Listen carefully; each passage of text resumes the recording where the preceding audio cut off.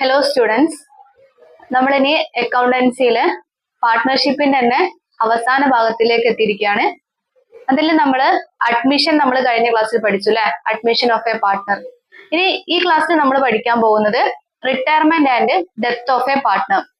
അതായത് ഒരു പാർട്ട്ണറെ റിട്ടയർമെന്റ് അല്ലെങ്കിൽ ഡെത്തിന്റെ സമയത്ത് നമ്മൾ എന്ത് രീതിയിലുള്ള അക്കൗണ്ടിങ്ങിൽ എന്തൊക്കെ മാറ്റങ്ങളാണ് നമ്മൾ ചെയ്യേണ്ടത് എന്നുള്ളതാണ് ഇതിൽ നമ്മൾ പഠിക്കാൻ പോകുന്നത്. അപ്പൊ നമുക്കറിയാം അല്ലെ, റിട്ടയർമെന്റ് എന്ന് പറഞ്ഞാൽ എന്താണ്? When one or more partner leave the firm and the remaining partner continue to do the business of a firm, it is called retirement of a partner. അതായത് ഏതെങ്കിലും ഒരു പാർട്ട്ണർ അല്ലെ റിട്ടയർ ആയിട്ട് പോവാണ്, ബാക്കിയുള്ള പാർട്ട്ണർ എന്ത് ചെയ്യാ, ബിസിനസ് കണ്ടിന്യൂ ചെയ്ത് പോവാ. അങ്ങനത്തെ സാഹചര്യത്തിൽ നമുക്ക് എന്തൊക്കെ അക്കൗണ്ടിങ് ട്രീറ്റ്മെന്റ് ആണ് ചെയ്യേണ്ടത്? ഇവിടെ നമ്മൾ കാണേണ്ടത് ന്യൂ പ്രോഫിറ്റ് ഷെയറിംഗ് റേഷ്യോയും ഗെയിനിങ് റേഷ്യോയും. അത് നമ്മൾ കഴിഞ്ഞ ക്ലാസ്സിൽ പറഞ്ഞില്ല. ന്യൂ പ്രോഫിറ്റ് ഷെയറിംഗ് റേഷ്യോ എന്താണെന്നുള്ളത് നമ്മൾ കഴിഞ്ഞ ക്ലാസ്സിൽ പറഞ്ഞതാണ്. അപ്പൊ അത് വീണ്ടും റിപ്പീറ്റ് ചെയ്യുന്നില്ല. അതേ സെയിം കാര്യം തന്നെയാണ് ഇവിടെയും വരുന്നത്. ഇതിൽ നമുക്ക് പുതുതായിട്ട് പഠിക്കാനുള്ള ഒരു കാര്യം എന്താന്ന് വെച്ചിട്ടുണ്ടെങ്കിൽ റീവാലുവേഷൻ അക്കൗണ്ട് ആണ്. എന്ത് അക്കൗണ്ട് ആണ്? Revaluation account. റീവാലുവേഷൻ അക്കൗണ്ട് എന്ന് പറഞ്ഞിട്ടുണ്ടെങ്കിൽ നമ്മളിപ്പോ പുതിയ ഒരു പാർട്ട്ണർ പോയി അല്ലെ, റിട്ടയർ ചെയ്ത് പോയി, അല്ലെങ്കിൽ ഡെത്ത് സംഭവിച്ച് അയാൾ പോയി എന്ന് വിചാരിച്ചോ.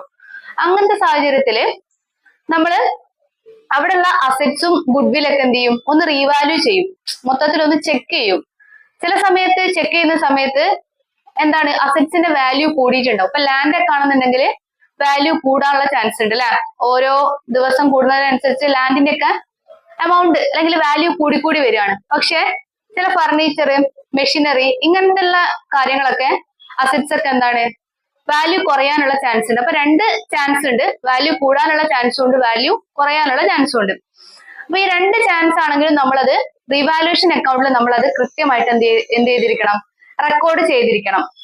ഈ റീവാലുവേഷൻ അക്കൗണ്ട് എങ്ങനെയാ പ്രിപ്പയർ ചെയ്യാന്ന് ചോദിച്ചിട്ടുണ്ടെങ്കിൽ നമ്മൾ സാധാരണ ലെഡ്ജർ ഉണ്ടല്ലോ, നമ്മൾ ലെഡ്ജർ പണ്ട് പഠിച്ച ആ ലെഡ്ജർ പ്രിപ്പയർ ചെയ്യുന്ന അതേ മെത്തേഡിലാണ് റീവാലുവേഷൻ അക്കൗണ്ട്. അതേ ഫോർമാറ്റ് ആണ് എന്തിനുള്ളത്, റീവാലുവേഷൻ അക്കൗണ്ടിനുള്ളത്. അപ്പൊ നമ്മള് അസറ്റ്സിനെ മാത്രമല്ല റീവാല്യൂ ചെയ്യുന്നത്, ലാബിലിറ്റീസിനെ കൂടി റീവാല്യൂ ചെയ്യുന്നുണ്ട്. നമ്മളൊരു പ്രോബ്ലം ചെയ്ത് നോക്കാം, എന്നാൽ നമുക്ക് കുറച്ചും കൂടി ക്ലിയർ ആവും. ഇവിടെ ഒരു ക്വസ്റ്റ്യൻ കൊടുത്തിട്ടുണ്ട് അല്ലെ, നിങ്ങളുടെ എക്സാമിന് ഏറ്റവും ഇമ്പോർട്ടന്റ് ആയിട്ടുള്ള ഒരു ക്വസ്റ്റ്യൻ ആണ് റീവാല്യൂഷൻ അക്കൗണ്ട് എന്ന് പറയുന്നത്.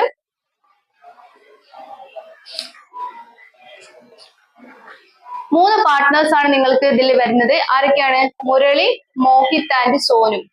R partners sharing profit in the ratio of 3:2:1. 3:2:1 എന്നുള്ള റേഷ്യോയിലാണ് മുരളി, മോഹിത് ആൻഡ് സോനു പാർട്ട്ണർഷിപ്പ് ഡീഡിൽ ഒപ്പുവെച്ചിട്ടുള്ളത്. Following revaluation of assets and liabilities were agreed upon. അപ്പൊ താഴെ തന്നിരിക്കുന്ന 4 റിവാലുവേഷൻ ആണ് ഇവർ ചെയ്തിട്ടുള്ളത്. ഇതിൽ ഒരാൾ റിട്ടയർ ചെയ്ത് പോകുന്നുണ്ട്. ഈ മുരളി എന്ന് പറഞ്ഞ ആളാണ് റിട്ടയർ ചെയ്ത് പോകുന്നത്. Okay, Murali retires from the partnership. അപ്പൊ അദ്ദേഹം റിട്ടയർ ചെയ്ത സമയത്ത് ബാക്കി 2 പാർട്ട്നേഴ്സ് എങ്ങനെയാണ് ഇത് ചെയ്യാന്നുള്ളതാണ് നോക്കുന്നത്. 4 കാര്യങ്ങളാണ് വരുന്നത് അല്ലെ. The value of machinery is increased by 25,000. ഞാൻ പറഞ്ഞു ഇൻക്രീസ് ചെയ്യാനുള്ള ചാൻസും ഉണ്ട്, ഡിക്രീസ് ചെയ്യാനുള്ള ചാൻസും ഉണ്ട്. അപ്പൊ മെഷീനറിന്റെ വാല്യൂ 25,000 ആയിട്ട് ഇൻക്രീസ് ചെയ്തു എന്നാ പറയുന്നത്. Value of investment by 2,000. നമ്മളിപ്പോ ഏതെങ്കിലും ബാങ്കിലോ അല്ലാതെ ഏതെങ്കിലും രീതിയിൽ നമ്മൾ ഇൻവെസ്റ്റ് ചെയ്യുകയാണെങ്കിൽ അവിടെ നമുക്ക് എന്താണ്, ഇൻട്രസ്റ്റ് ഒക്കെ കിട്ടിയിട്ട് അവിടെയും ഇൻക്രീസ് ചെയ്യാനുള്ള ചാൻസ് ഉണ്ട്. 2,000 റുപ്പീസ് ഇൻവെസ്റ്റ്മെന്റ് ഇൻക്രീസ് ചെയ്തു. OS എന്ന് ഞാൻ എഴുതിയത് ഔട്ട്സ്റ്റാൻഡിങ് ആണ്. അത് നിങ്ങൾക്ക് ചിലപ്പോ ചില ആൾക്കാർക്ക് മനസ്സിലാവണമെന്നില്ല. OS എന്ന് പറഞ്ഞാൽ ഔട്ട്സ്റ്റാൻഡിങ്. ഔട്ട്സ്റ്റാൻഡിങ് എന്ന് പറഞ്ഞിട്ടുണ്ടെങ്കിൽ നമുക്ക് കൊടുക്കാനുണ്ട്, പക്ഷെ നമ്മൾ കൊടുത്തില്ല, അങ്ങനെയുള്ള ഒരു എമൗണ്ട് ആണ്. Outstanding bill standing in book at 1,000 not required. അത് ഇപ്പൊ ആവശ്യമില്ല എന്നാ പറയുന്നത്, അപ്പൊ നമ്മൾ എടുക്കേണ്ട ആവശ്യമില്ല. Then value of land and building decreased 12,000. ലാൻഡും ബിൽഡിങ്ങും ഇവിടെ ഡിക്രീസ് ആണ് ചെയ്തത്. Prepare revaluation account. ഇതാണ് നിങ്ങളുടെ ക്വസ്റ്റ്യൻ. ഇങ്ങനൊരു ക്വസ്റ്റ്യൻ വന്നിട്ടുണ്ടെങ്കിൽ നിങ്ങൾക്ക് ഏറ്റവും എളുപ്പത്തിൽ ചെയ്യാൻ പറ്റിയൊരു ക്വസ്റ്റ്യൻ ആണ്. കാരണം ഇതില് നിങ്ങൾക്ക് ഇൻക്രീസ് ചെയ്യുന്ന വാല്യൂസ് ഒക്കെ നിങ്ങൾ എന്ത് ചെയ്യുക, നിങ്ങളുടെ ക്രെഡിറ്റ് സൈഡിൽ എഴുതുക. ഡിക്രീസ് ചെയ്യുന്ന വാല്യൂസ് ഒക്കെ എന്ത് ചെയ്യുക, ഡെബിറ്റ് സൈഡിൽ എഴുതുക. ഇതാണ് ഡെബിറ്റ് സൈഡ്, ഇതാണ് എന്ത്, ക്രെഡിറ്റ് സൈഡ്.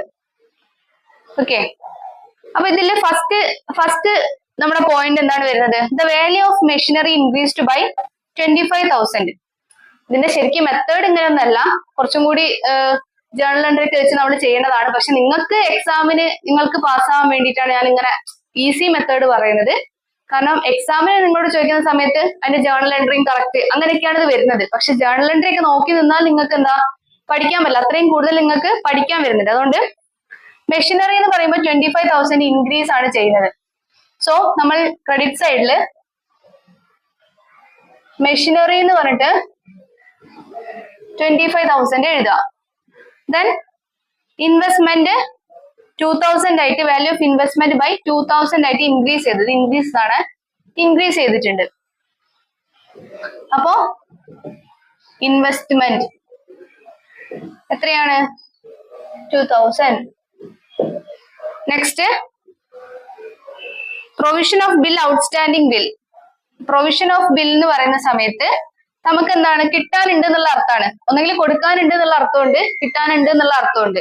അപ്പൊ ഇത് നോട്ട് റിക്വയർഡ് എന്നാണ് പറഞ്ഞതെങ്കിൽ കൂടി നമ്മളത് എടുക്കണം കേട്ടോ, നമ്മളത് എടുക്കണം. എത്രയാണ് വരുന്നത്? Provision of bill 1,000.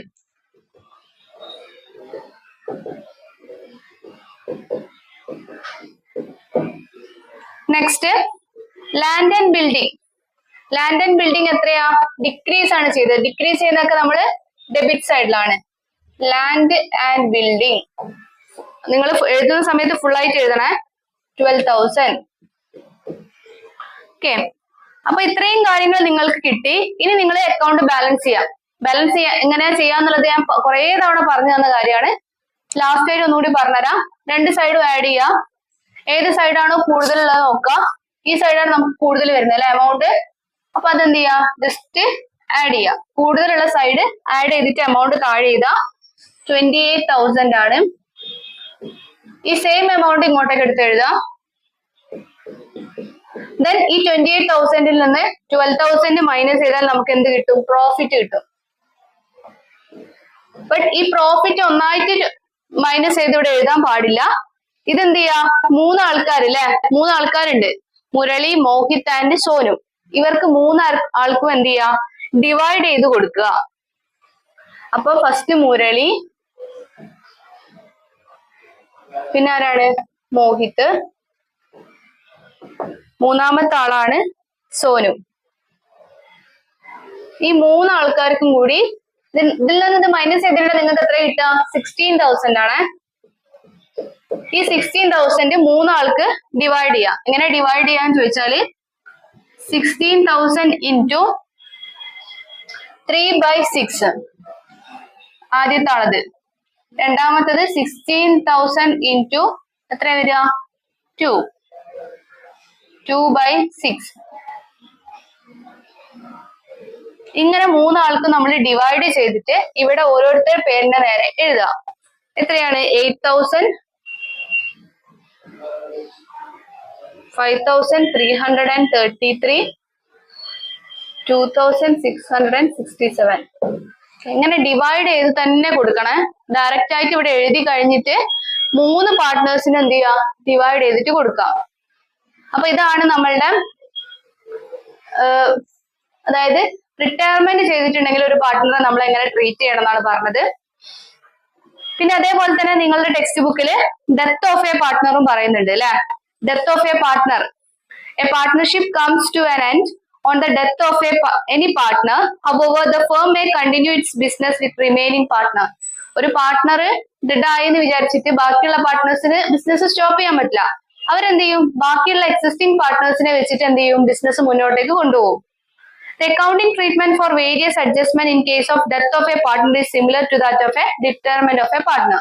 അതായത് റിട്ടയർമെന്റ് ഓഫ് എ പാർട്ട്ണറിലുള്ള സെയിം അക്കൗണ്ടിങ് ട്രീറ്റ്മെന്റ് ആണ് നമ്മൾ ഡെത്ത് ഓഫ് എ പാർട്ട്ണറിൽ നമുക്ക് പഠിക്കാനുള്ളത്. ഡിസൊല്യൂഷൻ ആണ് പഠിക്കാനുള്ളത്. അപ്പോ ഈ സെയിം കാര്യം തന്നെയാണ് നിങ്ങൾക്ക് ഏതിലും പഠിക്കാനുള്ളത്, ഡെത്ത്. അപ്പൊ റിട്ടയർമെന്റിനും ഡെത്തിനും സെയിം അക്കൗണ്ടിങ് ട്രീറ്റ്മെന്റ് ആണ്. പിന്നെ നിങ്ങളുടെ chapter 25 dissolution of A partnership firm. ഒരു ബിസിനസ് ഡിസോൾവ് ചെയ്യാണ്, അതായത് അത് ഡിസ്കണ്ടിന്യൂ ചെയ്യുകയാണെന്നുണ്ടെങ്കിൽ എന്തൊക്കെ ട്രീറ്റ്മെന്റ് ആണ് ചെയ്യേണ്ടത്? The term dissolution means coming to an end or discontinuation. അത് ചോദിക്കട്ടോ, 1 വേർഡ് ആയിട്ട് ചോദിക്കാനുള്ള ചാൻസ് ഉണ്ട്. ഡിസൊല്യൂഷൻ എന്ന് പറഞ്ഞാൽ എന്താണ്?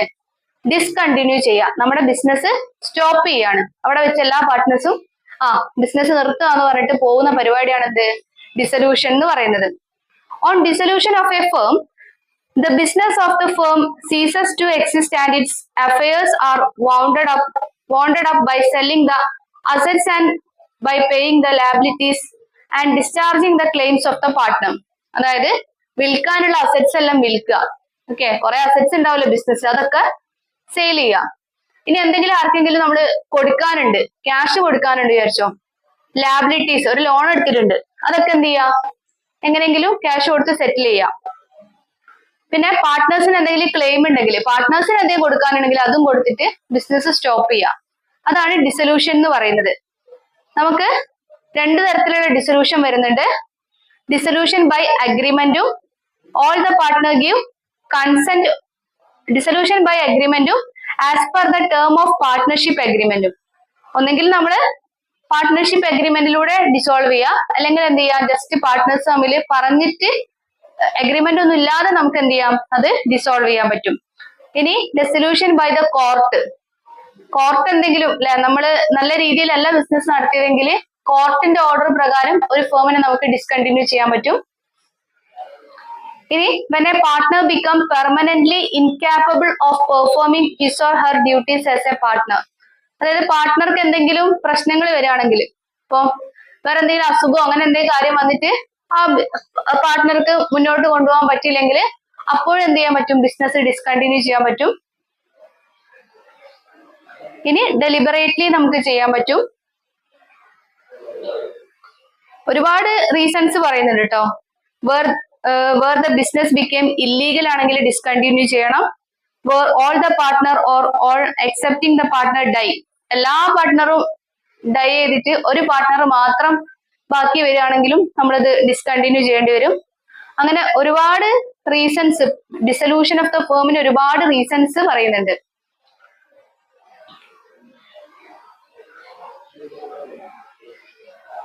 പിന്നെ നമ്മൾ എന്താണ്, ഈ റിവാലുവേഷൻ അക്കൗണ്ടിന് പകരം ഈ ഡിസൊല്യൂഷന്റെ കേസിൽ റിയലൈസേഷൻ അക്കൗണ്ട് ആണ് പ്രിപ്പയർ ചെയ്യുന്നത്. അതും സെയിം നമ്മൾ ചെയ്ത അതേപോലെ തന്നെയാണ് നമ്മൾ പ്രിപ്പയർ ചെയ്യേണ്ടത്.